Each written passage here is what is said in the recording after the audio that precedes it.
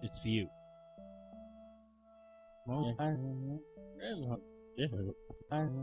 Thank you, Alphonse. I'm glad we had this conversation. It was Thursday, 4 a.m. My recurring dream about long dark tunnels was interrupted by the squawking noises of his phone. It was Alphonse, my contact in England. He needed my specialty like I needed a week of holidays. I didn't have time to explain why I was heading to England to the landlady, but I'm sure by now she was savvy to the cockeyed complications of my work. It turned out that Alphonse was privy to some information concerning the apparent disappearance of a famous girl band, and he needed my help to find them.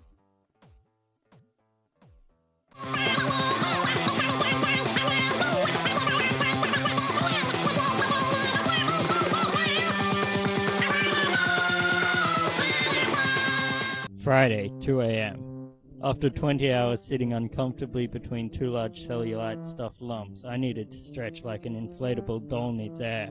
I was the lucky receptacle of several bottles of cheap airline scotch, which I imbibed with an amount of class known only to Norse gods. I was glad they had the scotch. It's the only thing these airlines do right, except maybe their chauvinist hiring policies. England was wet.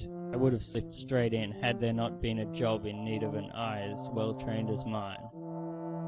I crossed the threshold into the mansion. It felt so good I slipped out and entered again. I repeated myself like an itchy scratch on a record that hadn't been itched in years before allowing myself to come inside.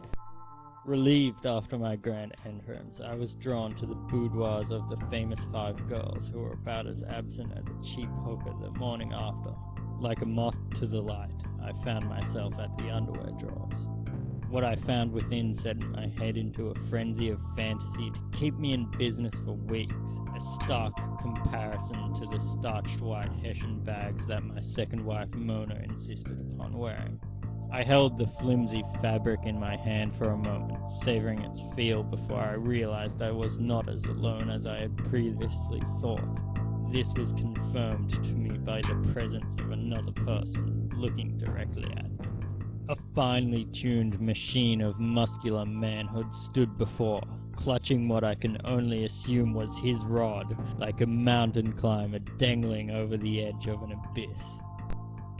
I am here to clean the pool. Who Are you? I explained to him as best I could the story of how Alphonse called in my special skills in solving the disappearance of the finger-licking, fantastically luscious 5. I was here when the girls disappeared. Yes, I see nothing, but I did find this by the pool. He handed me a claw, small and made of clay like an early Roman medallion. I turned it in my hands, feeling its texture, as my head tumbled with thoughts of a smooth-skinned, naked maiden below my fingertips.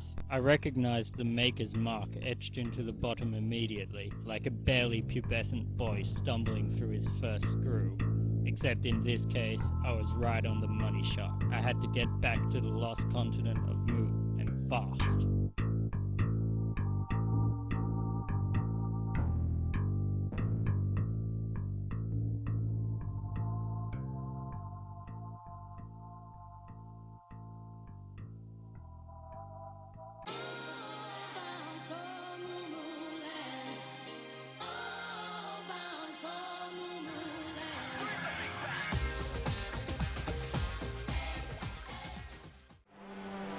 Friday, 4 p.m.